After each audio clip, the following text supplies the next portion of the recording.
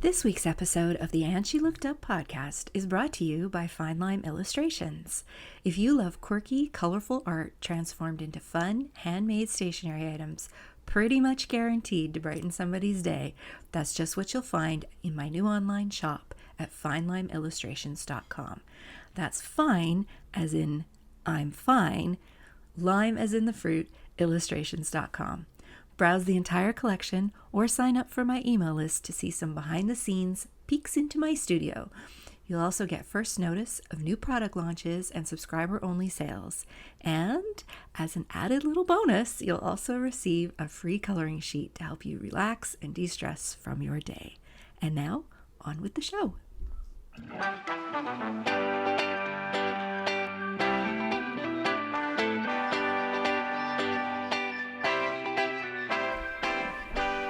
Welcome to the And She Looked Up podcast. Each week, we sit down with inspiring Canadian women who create for a living.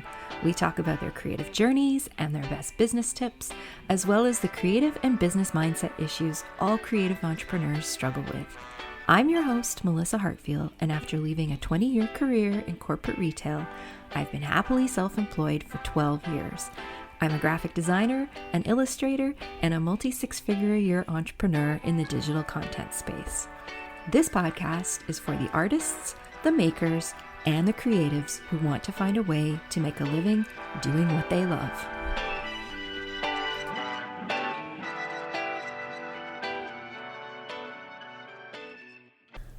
Hello everyone, it's editor Melissa stepping in here for just a moment to let you know about a trigger warning for this episode. In the early part of the episode, we do discuss a rather graphic scene of domestic violence. I will put the timestamp for this scene in the show notes, and it should also show up in the notes in your podcast player of choice. Hello, everybody, and welcome to another episode of the And She Looked Up podcast.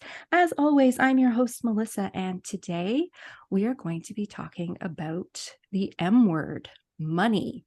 So this is an episode that I have been wanting to do for quite some time, but I wanted to do it in a slightly different way. So not only do I want to talk about the basics of money and running a business from a Canadian perspective, but I also wanted to talk about money mindset, which I think is something that all of us, particularly women and creatives, have some challenges with. And it's one of those things that even when you think you've dealt with some of your money mindset issues, they have a tendency to pop back up. And that is where my guest today comes in. I'm very excited to be welcoming financial literacy counselor Pamela George to the podcast. Welcome, Pamela. Wow, thank you for having me. I'm so excited. I am. I'm really looking forward to this conversation because I think it's going to be juicy. Okay. So I think we just all have so many things when it comes to money that we struggle with or have challenges with or just have questions about, period. So I'm really looking forward to this. But before we dive into all that stuff, let's get to know Pamela a little better. So Pamela is a financial powerhouse based out of Ottawa, Ontario. She was born and raised in Trinidad and Tobago, so we get to hear your lovely accent today, by a mother who couldn't read or write. And she spent the first 25 years of her life struggling with poverty and homelessness, the effects of which are still being felt generations later. And so at a very young age, Pamela promised herself that she wouldn't follow the same fate as her mother. She was able to break the cycle of poverty and heal from her childhood money trauma. And today, she stands as a proud, financially empowered woman, which is what I hope we're all going to be after this episode.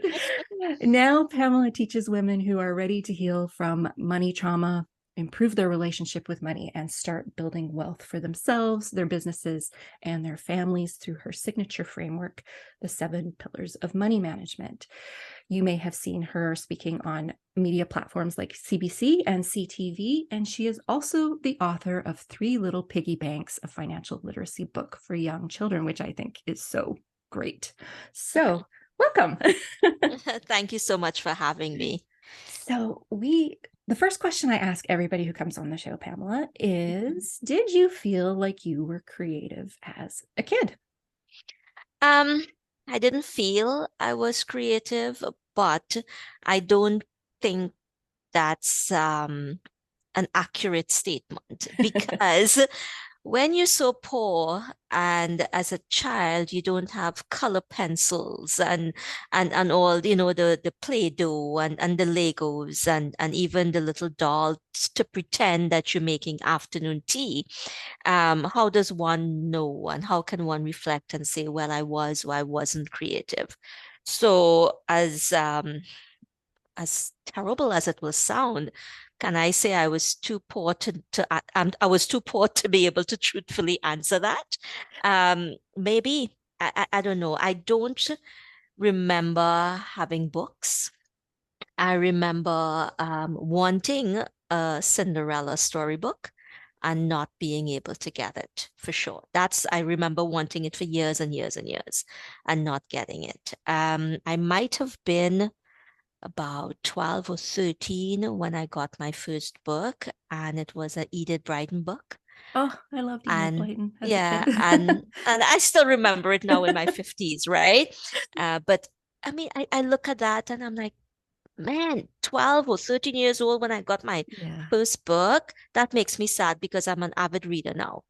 Yeah. This is why I think it's such an interesting question, because I think we do think of being creative as things like drawing or painting or and having the tools to do that with. And not all kids do. And yet Mhm. creativity is more than that. It is what it comes from within. And so I think it's an interesting question how everyone kind of interprets it and views it. So I was really curious to see what your answer was going to be, because you have had a very interesting life and you have quite an interesting story, which I think has played a huge role in who you are today. And so why don't we start with that? Like, tell us a little bit about what it was like for you growing up. Well, like you said, I'm from Trinidad and Tobago. I am number eight of nine children. Uh, my mother, we are from Indian heritage, so my maternal grandparents came from India to work on the sugarcane plantations in Mhm. Trinidad. Um, an Indian woman back then that my mother was, Indian, a young Indian girl, she didn't go to school because only the boys went to school Mhm. because they are the ones who are worthy of education. That's another topic and another podcast. But Yes. but in my mother young days, she didn't go to school. And in fact, the numbers aren't so accurate because nobody told the story. I figured this out after, but she must have been somewhere between 13 and 15 when she was, put into an arranged marriage. Mm. And it was a man who's older, and she had five kids for him then, and went on to have nine, well, total of nine. But all through that, she couldn't read or write. But um, back in the day, after her fifth child, she did what Indian women back then did not do, which was leave your husband. And she Mhm. left him because she found out he had another family with another bunch of kids.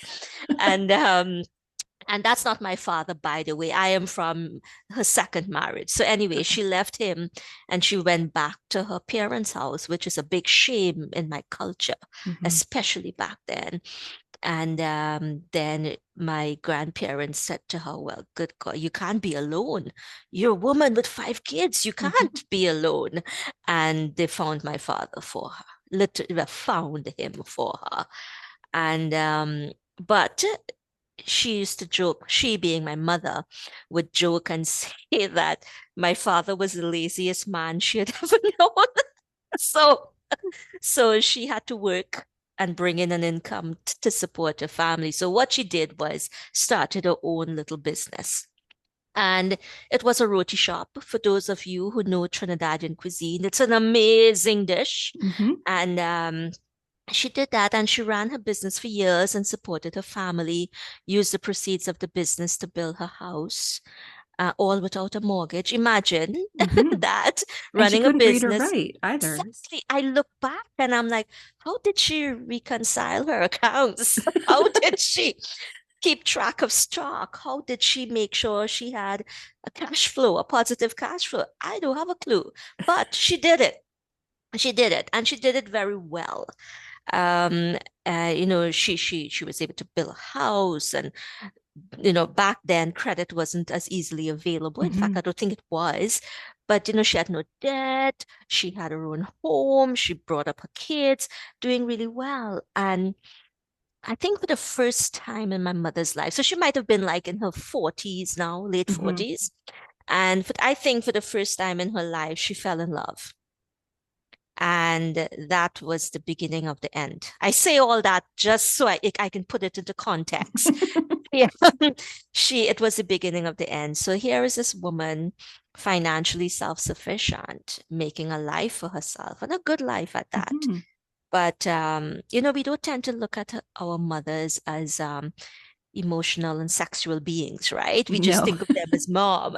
But I look back now and I'm like, she's in her 40s, and she, probably never felt what it is to truly be loved Mhm. and to love and to be desired and all of that. And she would have met my stepfather, and she felt all those things. And everything she worked for, she just gave it up to him because he asked. And I think within a year of meeting him, she sold her property, and everybody was against it. Everybody, as in her kids and a little bit of the extended family, don't do that, don't do that. But she was so much in love that she did. And um, myself and my younger sister and her, we moved into this man's place. And it was a little old house. And of course, with the money she got from the sale of her house, she built this massive property on his land. And within a month, I think, like again, the dates are a little bit wonky, but I think within a month, he literally threw us out on the streets. Oh, And goodness. I remember it being raining and we standing there with little grocery bags on Hmm. the sidewalk of the house there. And yeah, How old were and you when that happened? oh my God, the first time it happened many times because you went back.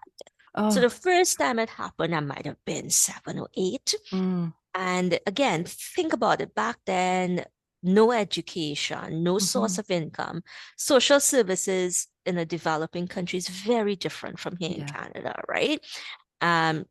We have no contacts. We're not rich people. We're not middle class. We poor, right?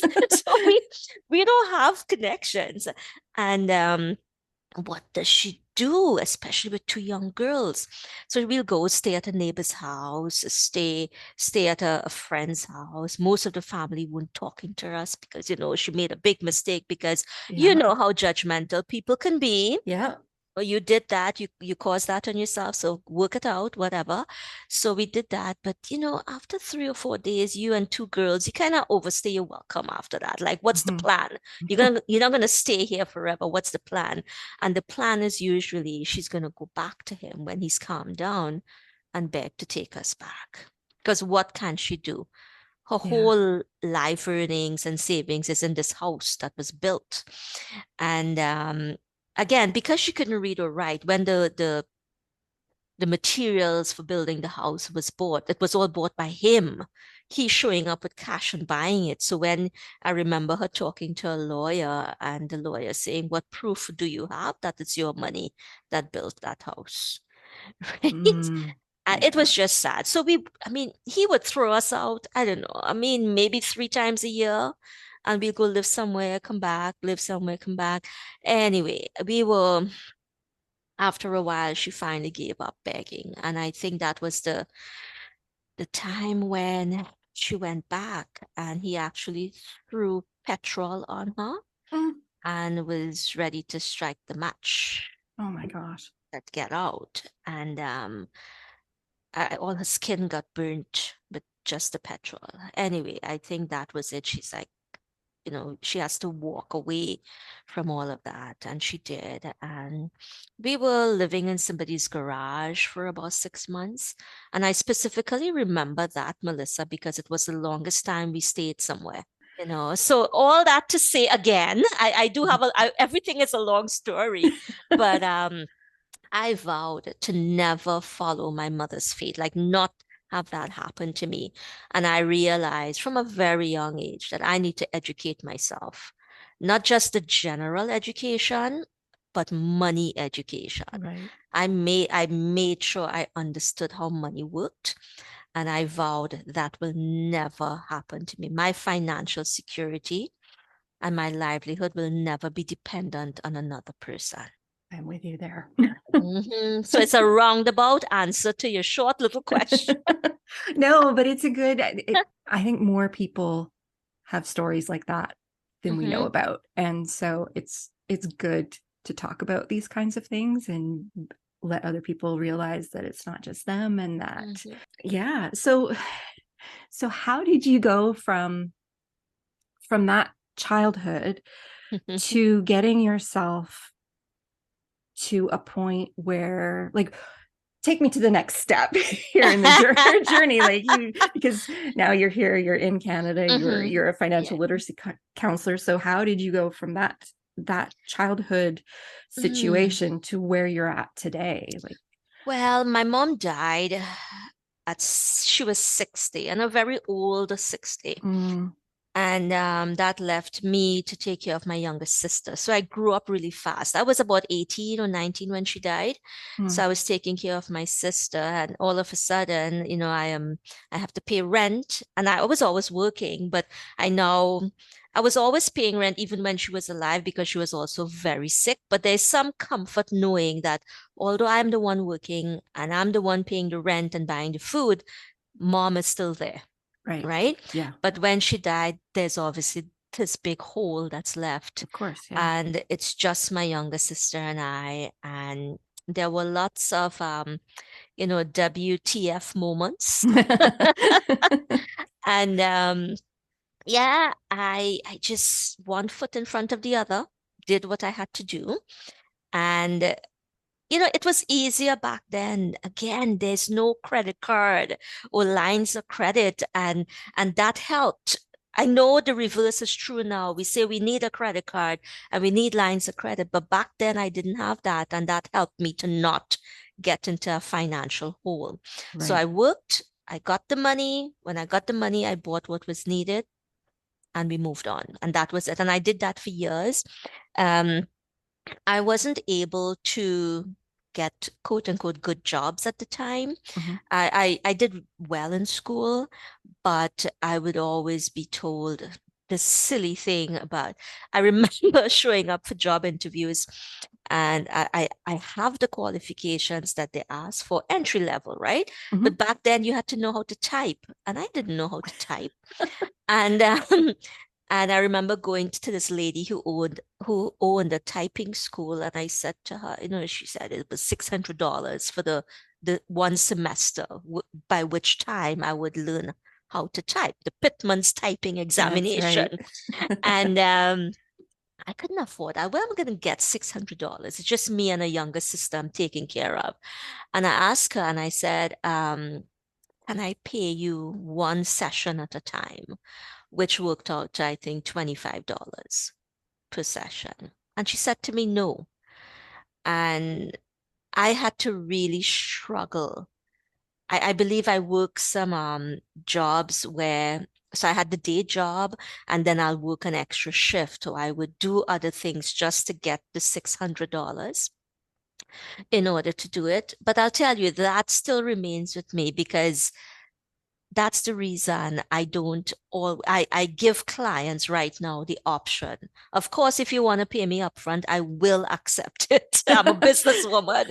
I will accept the $3,000 or whatever you want to pay me upfront. But there's always a monthly payment. And even with there is a course I'm running now, and it's just 6 months long.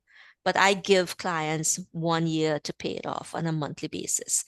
And it goes back directly to Pitman's typing exam. That's why I do it. And I get it. The course ends in 6 months and nobody's stopping them from, I don't want to pay this anymore. But I Yeah. believe in integrity and speaking to what is good in all of us, right? But that is why I do that. Um, but so yeah, so I did the typing course, I got jobs. Every job was better than the job before. And yeah, and I just was, I wouldn't say, ambitious has, the word ambitious has somehow evolved to be somewhat of a dirty word, I especially know. for Yes. men. And I hate that. Nothing is wrong with being ambitious. I own it. I was ambitious and I was still, I still cared about people. I was still kind and respectful. You can be all those things. 100%. Absolutely. Right? So I was ambitious, I was respectful, I was kind, I was socially conscious, I was all those things. But being ambitious meant that I focused a lot on education. Um, so one thing led to another, every job better than job before, etc. And then I got to a point where I was working and I may have been like 29, 30 years old, and I didn't yet have a degree. And that was a dream of mine because nobody in my family had gone to university. I'm like, I want to go to university, but where am I going to get the money back to the whole Pitman's examination thing? Yeah, they want the money up front. And I didn't have that. And so, okay, what do I do? What do I do? So there was this private college in Trinidad that collaborated with a British university in England, and they allowed you to pay per semester.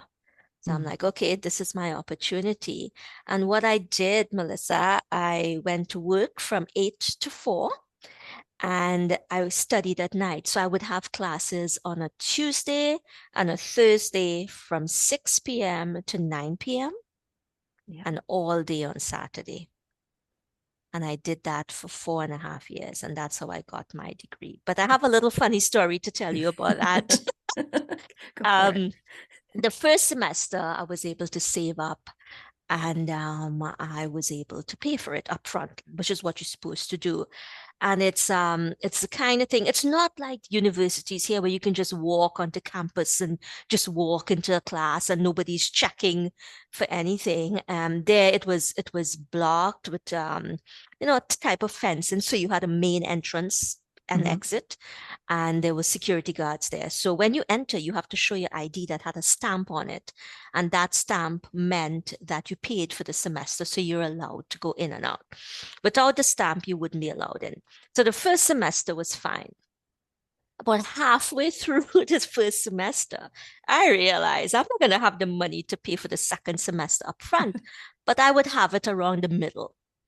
So what I did, I befriended the security guard, and I knew he loved food and I can cook.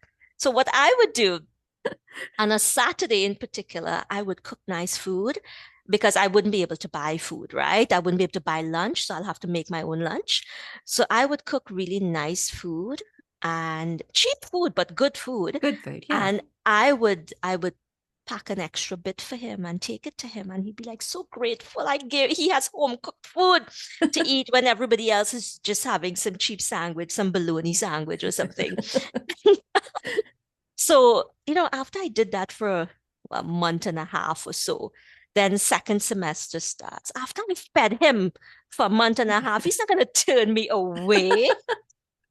When I told my husband this, he's like, "You prostituted with food." And yeah, that's what I did. I prostituted with my food. And I did that. I did that for the duration of that degree. I took him food and he would let it pass, let me go in whether I had the stamp or not. So I finished school. There is something to be said for being a good cook. It can get you a long way in life.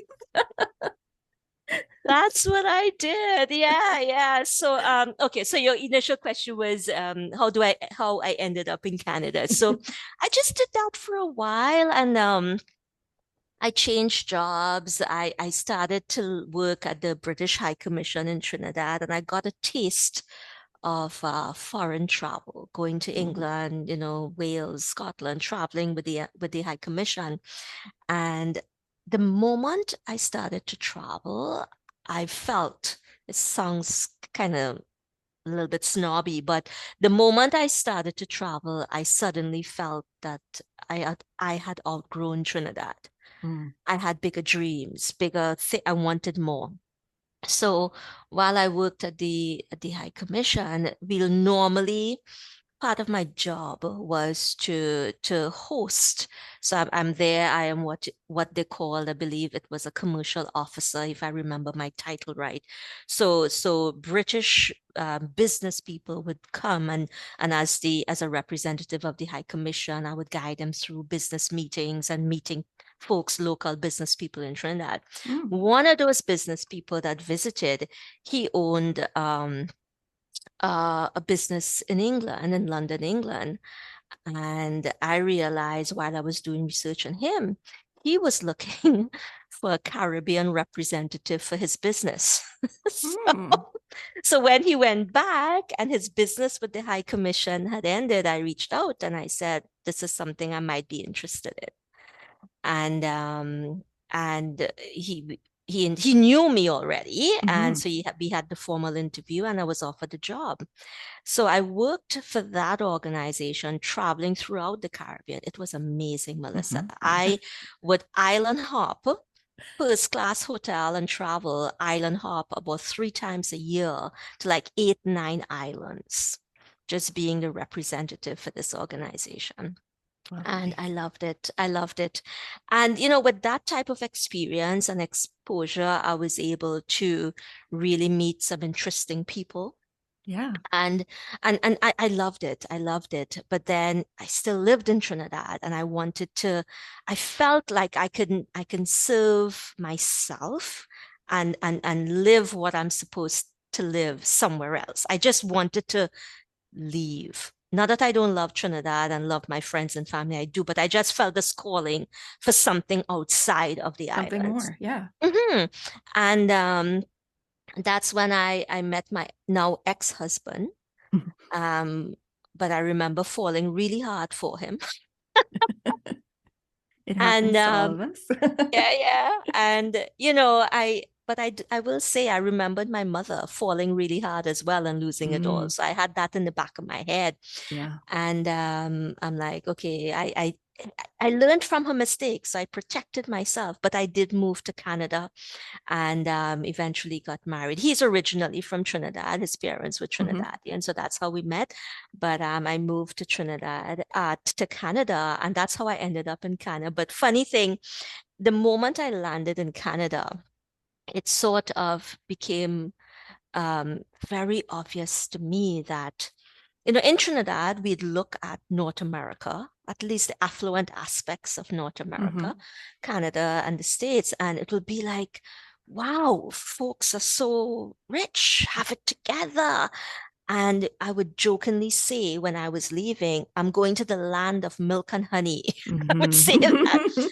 And quickly, as soon as I arrived, I realized that some Canadians were buying that milk and honey on credit, using the credit card to buy the said milk and Just honey. some. And Yes. I was confused. I was confused because when I left Trinidad, debt, particularly consumer debt, wasn't a thing. It Mhm. wasn't a thing. And talking about debt and stressing about debt was not a thing. And I left Trinidad in 2006. Okay. It was not a thing. And I came to Canada and I was working at Algonquin College, and I am seeing kids' dreams slashing away because their parents couldn't pass a credit check so they could get OSAP or get another student loan with the Mhm. bank and that type of thing. And that is where the seed was planted Mm. for me to say, okay, I feel I have the skill set that I can talk to people about, living a life that doesn't involve debt and educating yourself about money. So that's the short version. It's such an interesting story, Thank you. and yes, many of us are living our lives financed through credit. So, and it just creates huge amounts of stress. We have a lot of things, but we have a lot of stress as well. So, yes. So let's get into this from a business perspective and a creative business owner perspective and a female creative business owner perspective. So you've alluded to this in your story so far, but how does our past influence our present when it comes to money? Because I think we all have these memories like you had of how our parents dealt with money or didn't deal with money, as the case may be. Yeah. So we all have some kind of past money trauma, big T trauma, small T trauma. We all have something. All right. And, most times that seed would have been planted before the age of 7 by our parents or our primary caregivers. And I am not about blaming our parents for us being into debt. I just want to say our parents did the best with what they had. Yeah. Right. And what they learned about money, right or wrong, whatever they learned about money, they learned it from their parents who did the best with what they had. Yeah. And so forth. All right. So I'm not about blaming our parents. However, there's only so much, and for so long, we could hold on to, well, I'm bad with money because my mother was bad with money. Right.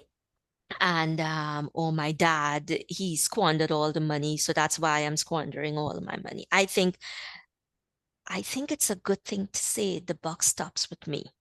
Yeah. Because as an adult, we need to take responsibility. Yes, our money mindset might have been shaped by what our parents did or didn't do, but as an adult, we can take responsibility and start changing that. All right. And I would use my story as an example. My mother was terrible. No, she was good with money when it came to running her business and building her life, but terrible when it came to a man or another person involved in her life. In this case, a man that she fell in love with. I could have walked around with that. Well, my mother was terrible with money and she lost everything. So how could I possibly be good with money? I inherited this from her and that is my life. Instead, I approached it with, I didn't know the name of it back then, but I approached it from what I call post-traumatic growth concept, from that concept of post-traumatic growth, where I am going to learn from my mother's mistakes and I am going to do things differently, which is what I did. Right? And that right there is the key to move forward with regard to our money mindset. We need to learn from it. We need to first recognize it for what it is, because a lot of women in particular, if their mom did crap because of the love, no, and I get it, we all have complicated relationships with our mothers. I understand this. But for a lot of us, we don't want to say, mom was lousy with money or mom, whatever, right? But, when we can accept it from a place of understanding and respect and knowing that our mothers did the best with what she could and what she had, you could understand it a little more and you can grow to forgive over time. And that begins the healing process where you can take that on and decide, okay, this is what it is. I have forgiven or I've started to forgive or learn how to forgive. And now, how can I take this tragedy, this incident, this trauma, and grow from it? It starts with healing for yourself. It starts with getting some form of therapy. Sometimes it may boil down to maybe you don't need therapy, but you just need to sit down and be honest with yourself and do some self-reflection. Everybody is different, right? But accepting it and recognizing that you don't have to sit in the mud and roll in it. Woe is me. My parents were bad with money. Now I'm terrible with money. I have credit card debt. I have a money loan, payday loan, and I'll just roll in the mud. And every day I'll roll in the mud. No, you can get your ass up and you can shake off that, go have a shower, and somehow figure out what it is you need inside to grow from that and to learn from that. Yes. Yes to all of that. What happens when you're dealing with these money mindset issues and money trauma and seeing how your parents dealt with money and things like that? And I have to be really honest, I did not even, growing up, we were what I would consider pretty solid middle class. And so we weren't spoiled. We didn't have a ton, but we also had everything we needed. So, but it wasn't until I was well into my 30s that I realized my parents were both dirt poor growing up. Yeah. And it wasn't until I was in my 40s that I actually was able to see like the decisions that they were making and how that has impacted me, because I think it wasn't as obvious to me because I did have enough growing up. But now looking back, it's so obvious to me how even my parents today, how they are today, like how that is so rooted in their childhoods when it comes to money. So, and it's interesting because they were both incredibly poor, but they have completely different money mindsets as adults, but they're both rooted in coming from that poor childhood. So, and it's very, what's the right word? I don't know if humbling's the right word, but to be old enough to suddenly see that and to understand what your parents were working through on their own. And it's funny how we don't really pick up on that until we're much older. So yeah. And then you have this whole, because most of the people listening to this podcast are working creatives. And you have this whole trope of the starving artist, you just got to struggle for your art. You know, it's weird if you're making money as an artist. Oh, you've sold out. You're too commercial. All of those things. Those are all messages that kind of float around in our heads. And why do you think, why do we fall into these traps? Like, it's subliminal messaging, man. It's really powerful. Yeah. You see, that starving artist bullshit, which is what it is. It is, yeah. I shut that down. I have a few artists I work with over the years, and you gals are amazing to work with. Let me just say, you gals are amazing. I send you a budget and I get it back all painted in nice colors. Anyway, but that starving artist, I call it bullshit. That's what it is. Yeah, it is. All right. So when I work with my clients, Melissa, so I'm a financial literacy counselor. I am not a planner. I am not an advisor. I am not licensed to sell products. All right. And I like to get that out there. So my approach is very different. I am not saying, here's our first appointment. What's your numbers? How much debt do you have? That's not what I do. The first session with me is about figuring out what your values are. Oh, good. And what you believe about money. And I'll use the belief about money as an example. You will not believe how many people want to have money, want more money, recognize the role that money could play in their life towards living a more fulfilling life. But the things they believe about money is like, how are you expected to attract money if that's how you feel about it? Think about someone. If you really don't like someone, or you feel they're stressful, or they're too much, or they're too overwhelming, or they're the root of all evil, will they want to come to you if you feel that way about them? No. But that is what happens with money. How many of us feel that if we have money, it means we must not be good, or money is the root of all evil, or only wicked people have lots of money. And I'm an artist, so the fact that I am a starving artist must mean that I'm really good at at what I do. Right? So what we do with that on that session, I have my clients write it down. Write down what you believe about money. Not what you want to believe about money, but the ugly truth about money. Get it out from inside of you onto paper. And the things that come out, it's fascinating and shocking for a lot of my clients because a lot of times right there and then they're like, well, no wonder money's not coming to me. No wonder I'm struggling to make money if this is how I really feel about it. Right. So that's where it starts. We don't talk numbers until about session 3 out of 12. Okay. We don't talk numbers. We don't do numbers until about session 3 because proper money management and proper financial management, especially when you're a business owner, it doesn't start with the numbers. It starts with knowing your worth. It starts with knowing what you believe about money. It starts with creating a vision for yourself. And that we use as the foundation to build all the number stuff that we build down the road.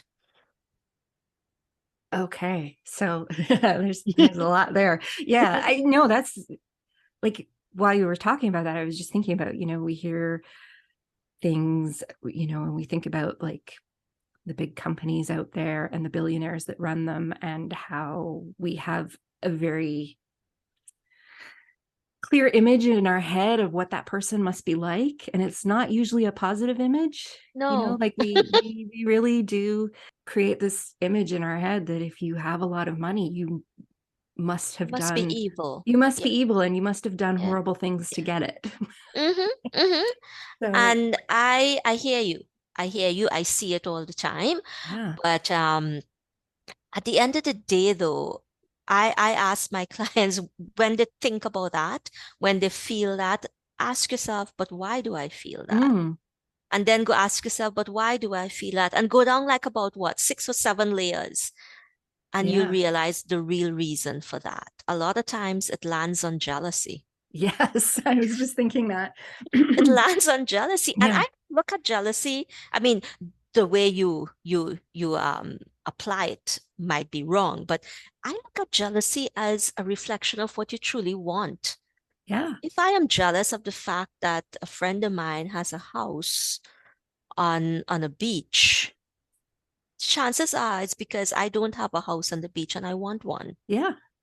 Yeah, Right? absolutely. And that's when someone comes to me and start to talk about rich folks and the money that they have, and they must be evil or they take advantage of their staff. And I know those things do exist. I get that. But you see, you have no control over that, and what they do. What you Mhm. have control over is what you do and how you think and your money mindset. So ask yourself why you feel that way. Mhm. Right. And with practice, because you're talking most times it's decades, we have that belief stuck in us, Oh, for right? sure. It's Yeah. not going to happen over my 6 month program, but we see lots of improvement towards the way we look at money and look at wealthy people.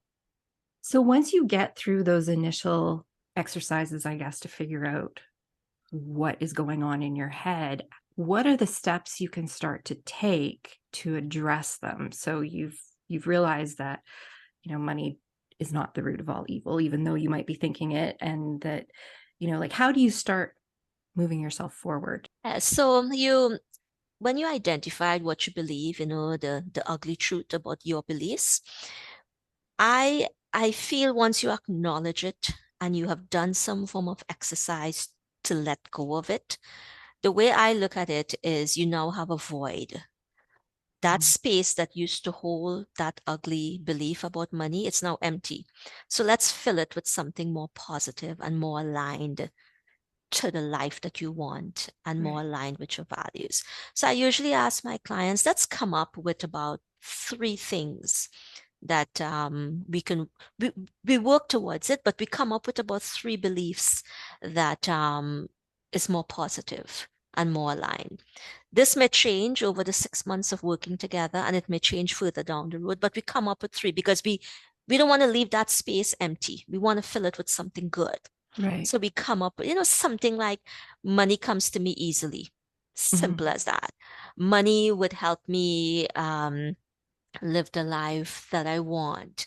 Money would help me do the things that are meaningful to me.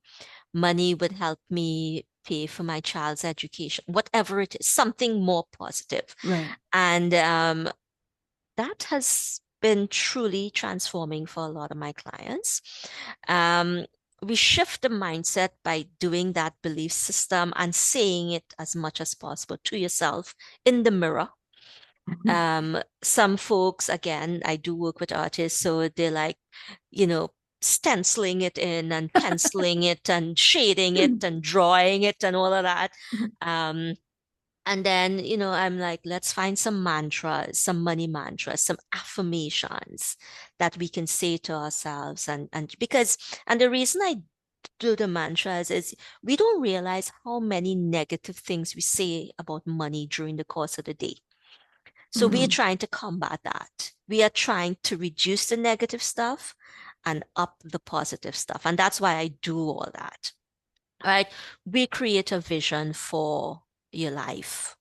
And all these things I encourage you to revisit on a daily basis and Mhm. really intentionally look at them, say them out loud, and really counteract all the negative things that we don't even realize we're saying about money. I think that's a big part of it. I don't think we realize at all how many negative things we say about Mm, money or people who have money or all those things throughout the mhm. day because it's just kind of baked into society almost. It's almost like a pastime for us to sit down over coffee and talk how much debt we have, or Yeah. the, like I've done it before. I remember um, saying something. It was a Saturday morning. I usually don't work Friday, Saturday, or Sunday, but this particular Saturday morning, I remember sending out a few emails, and a fellow business owner responded and said, "Oh, look at you, Saturday morning, living the entrepreneurial dream." And I felt like saying, F you. No, no. This is something that happened and I had to send out stuff. But it's almost like this badge of honor, Yeah. as business owners, that we talk about, how much we work hard. The money situation is quite similar. Oh my Mhm. gosh, I can't have, I remember saying once to some friends, we having coffee, and they just asked me, because of what I do, I get asked money questions a lot, Of right? course. And the question was, how much you think you should spend? What's the average amount or the decent amount to spend on housing? And I said 35% of your net income on average is what you should spend on housing expenses. And about two or three of them said, well, that must be nice. That must be nice to only spend 35% of your net income on housing. And it's like a badge of honor that they're spending more than that. And the person who is spending less is sort of sinking in her seat, like, oh, maybe my house is not nice enough, or whatever. It's like a badge of Or even, honor. oh, maybe I have too much money because I'm not spending as much as Hmm. they, like I don't need Hmm. it I'm not struggling as much I as they should are. be. Yeah. Yes. Ah, oh gosh. Mm, I think the bottom line with that is that there is a lot of work most of us need to do when it comes to addressing how mhm, we feel about money and how we move past that or find a way to embrace money or make money work for us. I try to think of it as a tool for myself. That's one thing that works really well for me. Like money mhm, is just a tool to get me from where I want from where I am now to where I want to mhm, be tomorrow or whatever. mhm. It doesn't always work out, but that's how I try to think about it in my head. But what happens, you know, one of the things that really caught my eye when we first started talking about having you come on the show was the fact that you had written a book for children about financial literacy, because I think that one of the things that probably gets into our whole money mindset is financial literacy is not something we're taught very often. I remember when I was in high school here in BC, there was this class that we had to take in either grade 10 or grade 12 called consumer education. And they've gotten rid of it. They don't have it anymore. But in that class, this was back in the late 80s. In that class, we learned how to write a budget. We learned how to balance a checkbook. We learned how to open a bank account. We had to file a tax return. We had to do all these basic financial Mm, tasks that we would have to do as an adult, yes. even as far as how to prep for a job interview. And we even did stock market investing with penny Hmm. stocks. So and you couldn't graduate if you didn't have that class. And they got rid of it shortly after. And I don't know why, because it was quite frankly the most useful class I took in high school. But so many people don't have the basic understanding of how money works in our society. And when they don't understand that, they can't pass it on to their kids, and their kids can't pass it on. And so you just wind up with a whole society of people who don't get how money works. Like the I feel, yeah, I hear you. I hear you struggling for the words. So let me jump in and say this. yes. Um, there are lots of people, and this is controversial, I'll say it anyway. The economy, the banking system benefits from a society that is not financially educated. Oh, I would agree with you 100%. All right. Yeah. When you have thousands of people graduating and don't graduated from high school and don't know the difference between a loan and savings and the difference you need for those in order to start school. So you just take out loans and just put yourself into debt because the banks make interest on this money that you borrow. And I even sound like a hypocrite because I make money in my business because people are not educated about money, right? And I get it. But I feel, again, I said it earlier on, the buck stops with me. I feel I need to do what I can to educate as much women as I can, because when you educate women about money, they will teach their children. Yes. And when their children are educated and understand and comfortable with money, they will teach their children. And in 3 generations or 4 generations down, we have a society that's financially educated and will not fall for the bullshit of, right now, Melissa, I have clients, and I actually teared up and cried with a client yesterday because when she bought a house last year, she didn't know me at the time. She was advised by a financial advisor with a bank to buy a property, and it was way above her what she can afford. But they tell you can afford how many thousands, millions of, right? And she bought it, and her mortgage was, I don't know, $1,700 last year, January. This year, it's about $2,600. Yeah. She can no longer afford the house, right? So many people are benefiting from the fact that she cannot afford that. The banks, real estate agents, mortgage brokers, so many people. All right. And we need to stop that. We need to educate ourselves so we will stop being taken advantage of. It's just this, it's the same thing that happened with my mother, but on a more macro scale. Being taken advantage of because we don't know and we don't understand money. And it really, you can probably hear it in my voice. A fire gets set in me when I think and I see how we continue to keep women and children in this place of not understanding or feeling that they're not good with money. So we can continue to take advantage of them. It pisses me off. It really does. Me too. So how do we change that? Like, let's say I want to make a change, but I don't know what the basics are. I need some help with that. Where can we go? What's a good place to go to start getting that basic financial education? All right. So first of all, I will say something controversial. So the financial industry, generally speaking, is one that I find personally, let me just say it again, my opinion, I think it's a huge conflict of interest. The person who is advising you on how to budget and helping you budget and pay down debt is usually incentivized by selling you a product. Yes. Right? Yeah. And I think that is just wrong, which is why I don't sell any products. I charge, you pay me for my experience, for my expertise to help you get your shit in order. And I make no apologies for that. What I will not do is try to set you up on a budget that involves you investing $500 with me and I getting a commission on that 500. Right. I don't do that. All right. So you have to be careful where the advice is coming from. The Yeah. How thing do you about know who to free, yeah, trust? well, the thing about free financial advice, you get what you pay for,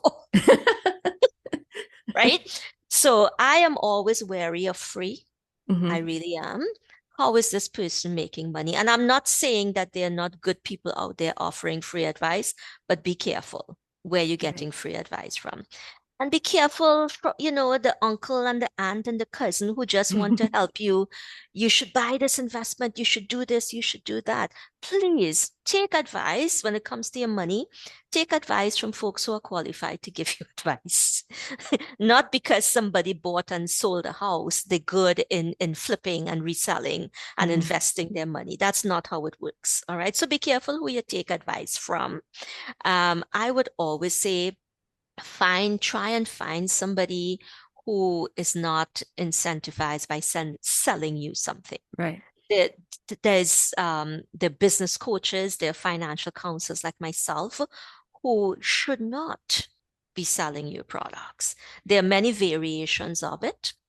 Hmm. But I think there needs to be a separation between financial literacy and education and the selling of financial products. So try and find something that's you can tell that there's a difference. Right.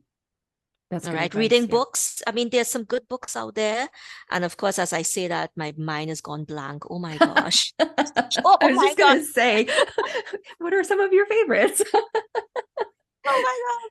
I will give you a list and you can add it onto the show notes Sounds good. afterwards. My mind just went blank. But if you have young kids between the age of 4 and 7, my book comes to mind. It's called Three Little Piggy Banks: Financial Literacy for Children. And Cool. what it is, it's the like very, very foundational step for money management, which is separating your money.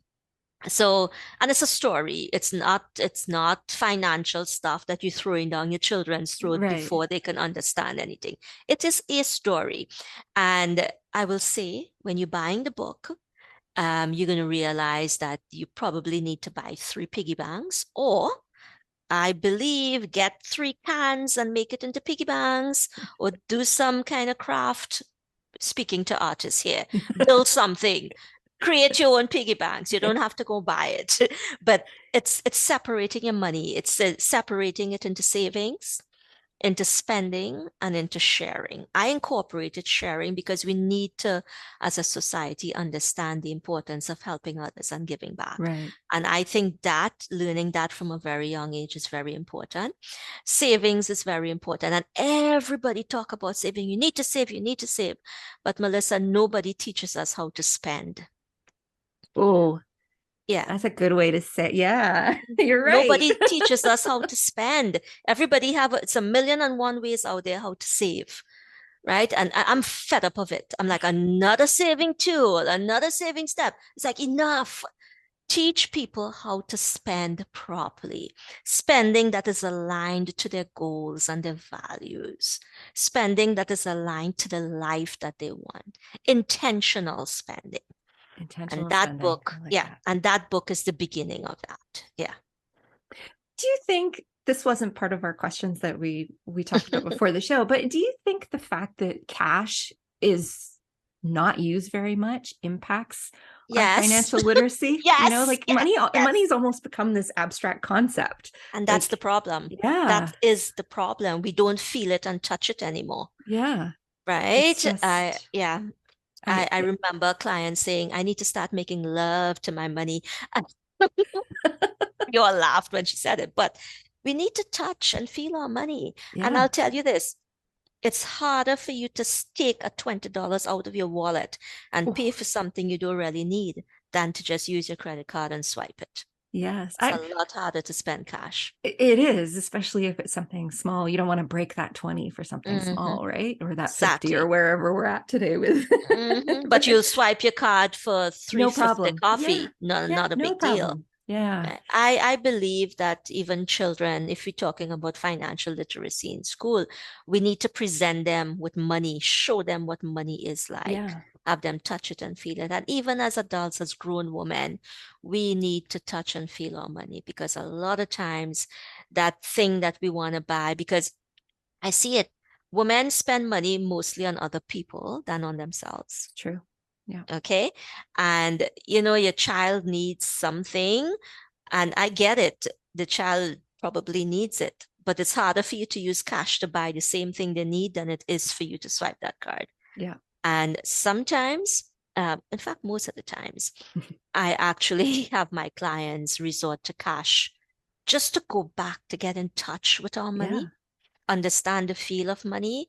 So in the very beginning, we worked together for 6 months, but for the first 3 months or so, we stick with cash just to get a feel of it. And then we go back to using our credit cards and stuff in the way it should be used, in a way that benefits you, not in a way that gets you into debt. Yeah. I always remember that show with Gail Vaz Yeah, Oxley I where know. she had the jars, for your budget. And I just Yeah. that was really helpful to me when I was younger. I love Gail. I love her, but I'm a little gentler. Yeah, she's Gentler. very tough love, isn't she? Yeah, yeah. And I do give tough love, don't get me wrong, but I do it in a different way. But I love Gail. I love Gail. um, so it's one thing to get ourselves sorted out in our personal lives, but then when you're self-employed, like self-employment brings, and you're self-employed, so Mm-hmm. it brings a whole other dimension to all of Mm-hmm. this, because now we're not just managing money for ourselves and our families, we're managing money for a business. And Mm-hmm. what are some of the basics we should focus on, money basics we should focus on All when right. we're first self-employed, like, Okay. or maybe even before we quit that nice job that we Yes. have to become Oh, yeah. self-employed? Yeah. So, you need to know how much money you need to make on a monthly basis. Mm-hmm. And to do that, you need to know how much money you need to support the lifestyle that you have. So as an example, I'll ease the numbers here. So let's say you need $5,000 Okay. to support your personal life. So we're going into numbers now, right? $5,000 for you to support your personal life. That's your mortgage, kids' school, food, everything. Yeah. $5,000. So what that means is your business needs to bring in enough money to pay you $5,000. Right. All right. That doesn't mean you just need to bring in $5,000. Right. What that means is you need to bring in enough money to pay yourself 5,000, but you need to pay taxes on that. You need money to have for your business expenses, such as your website and your art supplies, or you may have to pay an accountant, or you have an assistant, that type of thing. Mhm. HST is another thing. So you have to figure out how much you need to bring in total. For somebody who comes to me and we realize her lifestyle requires a paycheck of $5,000, off the cuff, just generally speaking, I would say she needs to bring in $10,000 in her business. Mhm. I So think it's this usually is a twice. huge mistake so many of us make when we first start Mhm, out. We think, oh, if I could make $60,000 a year in my business, I'd be mhm. set. Yeah, And no, that $60,000 is not $60,000. no. Right? And then when you own your own business, you need to put aside money for retirement, even more so Hmm. because you now don't have a company who is offering you some kind of pension. Right. You also need to put aside money, some kind of benefits for if you get sick, some kind of all of that you need to put aside. Usually you don't. Now, I usually encourage my clients, if you have your own business, I believe incorporating your business is the way to go. And I know there are lots of resistance to it, but I have seen it's what I am. I am incorporated. I have retirement savings. I have health benefits. I have all of that. And you can do that when you incorporate it. But when you have your own business, and especially artists, like you say, it's not just paying yourself and paying taxes. You also have to think about down the road. You do not have a company's pension. You got to create your own. Yeah. So you got to speak to a planner, speak to an advisor, and get something set up. But you're going to only do that when you do all the foundational work. Yes.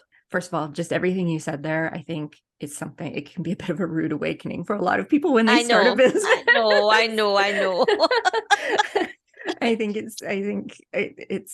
It's so important to be very aware of how much money you actually get to keep when you run a business, and what's involved in all that, because it can be such a rude awakening if you haven't prepared yourself, at least mentally, for how that's going to go. And the reality is, when you start a business, it's not going to make a ton of money in the first few months. You know, you're going to have a lot of work to do to get yourself to that point where it may not even be able to pay you a salary in the first year. I mean, you know, how are you going to manage that? All those types of things. But this is another question that comes up sort of when you get over that hump. Once we've got that solid financial base, you know what, we're in year 4 or 5 of our business, and things are going well, and we're paying ourselves a good salary every month, and our expenses are taken care of, and okay,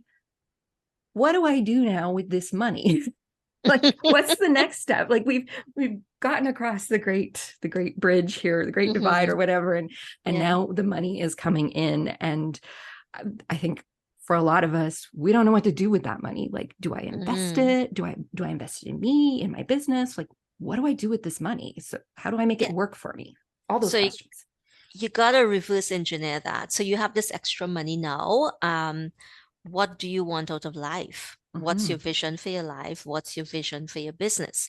Maybe your business, your vision for your business is to grow, and you want to scale a little bit. So that means reinvesting in people and maybe some systems, and you want to put the bulk of money in that. Or maybe it is, you're at the point things are good, but do you have a buffer in your business? If business, like March 2020, right? March 2020, and you don't have any revenue for 6 months, can your business sustain itself? So do you have a reserve fund in your business that the months when things are really bad, you can still meet payroll and meet all your operational costs? So there's that part of it. Then there is, okay, personally now, do I want to increase my income? Do I want, instead of paying myself $5,000, do I pay myself, $8,000? Do I take some kind of professional development? Do I look at upgrading my lifestyle? Do I look at, okay, so now I am in this place where I am. Do I want to give back? Do I want to give back more?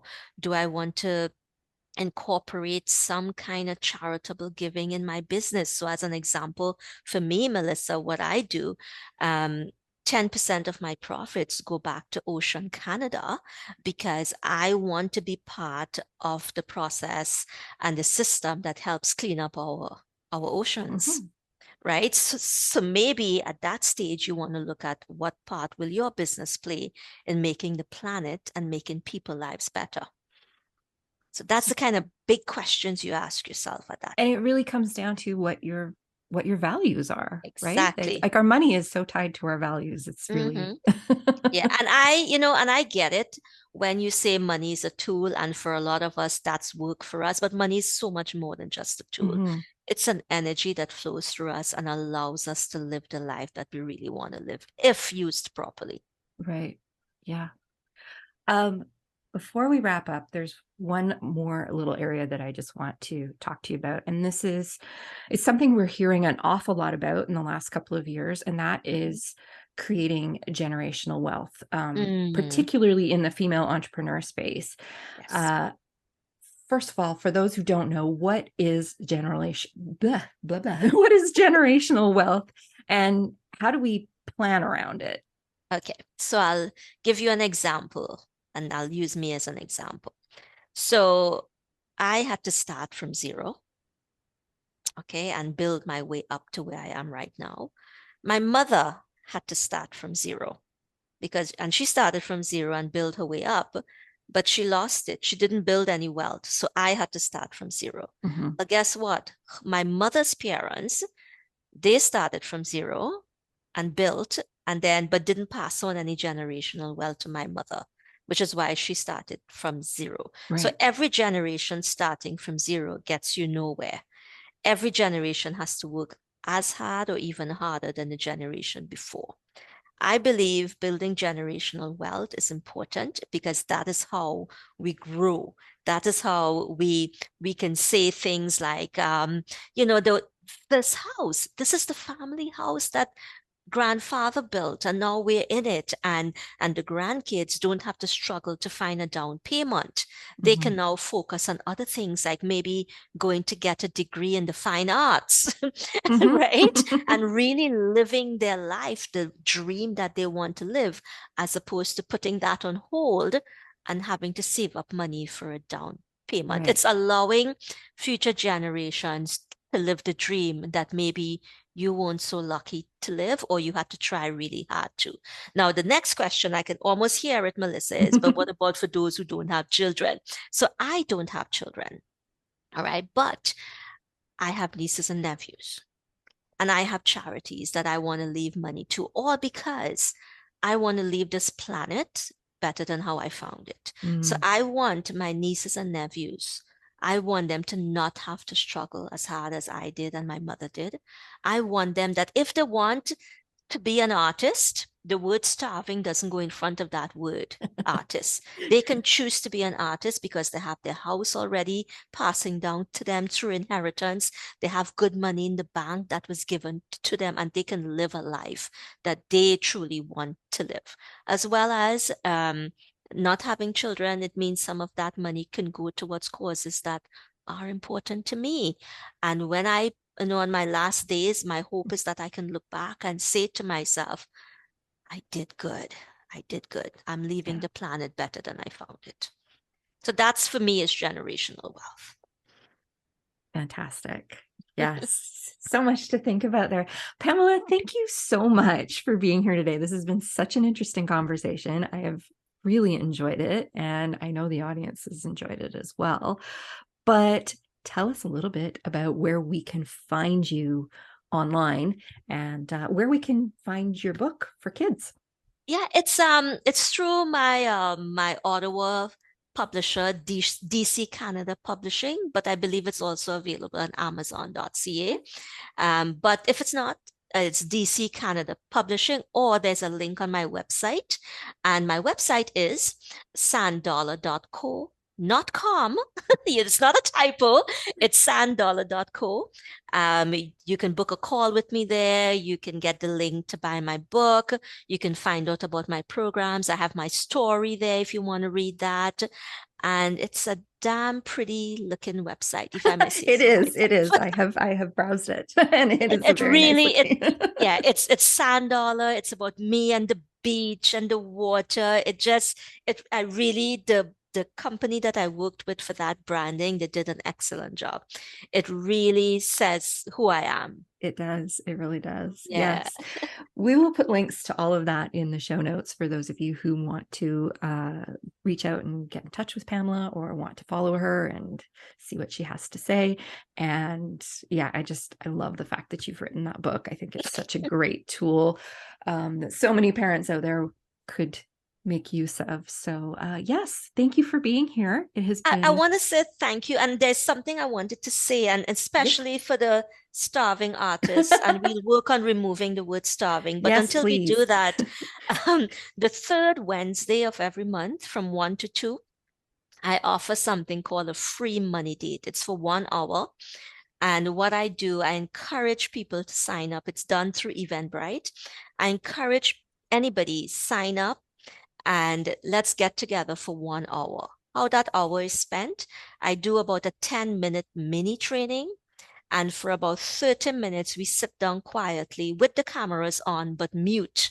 We mute ourselves, and whatever finance and money stuff we've been procrastinating on, paying bills, looking at our statement, doing whatever money stuff we didn't want to, I hold space for What a folks good idea.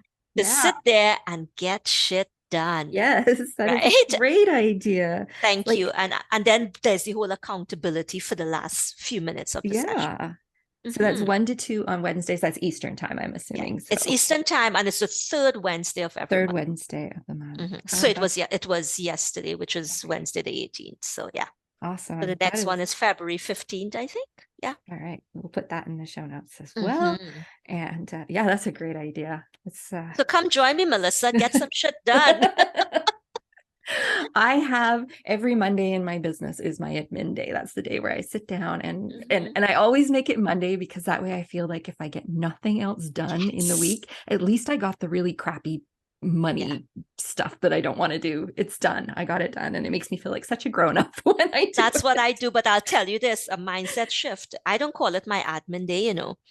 Ooh, I call it my CEO day, because I am the effing CEO of my business. I have a CEO day once a month too. Okay, only once a month. I have mine every Monday because it's how I work. I don't even look at it as administrative stuff anymore. It's all part of my CEO stuff. So there you go, Miss CEO. I'm so happy to hear you say that. Yeah, I started that last year and it was life-changing, I have to say. That sounds very dramatic, but it really was. No, it is. I believe you. Awesome, Pamela. Thank you so much for being here this week. We will put links to everything in the show notes, everyone. Thank you so much for joining us, and we will be back soon with another new episode. My pleasure. Thank you for having me, Melissa. Thank you. Thank you so much for joining us for the And She Looked Up Creative Hour. If you're looking for links or resources mentioned in this episode, you can find detailed show notes on our website at andshелookedup.com. While you're there, be sure to sign up for our newsletter for more business tips, profiles of inspiring Canadian creative women, and so much more. If you enjoyed this episode, please be sure to subscribe to the show via your podcast app of choice so you never miss an episode. We always love to hear from you, so we'd love it if you'd leave us a review through iTunes or Apple Podcasts. Drop us a note via our website at andshелookedup.com, or come say hi on Instagram at andshелookedup. Thanks for listening, and we'll see you next week.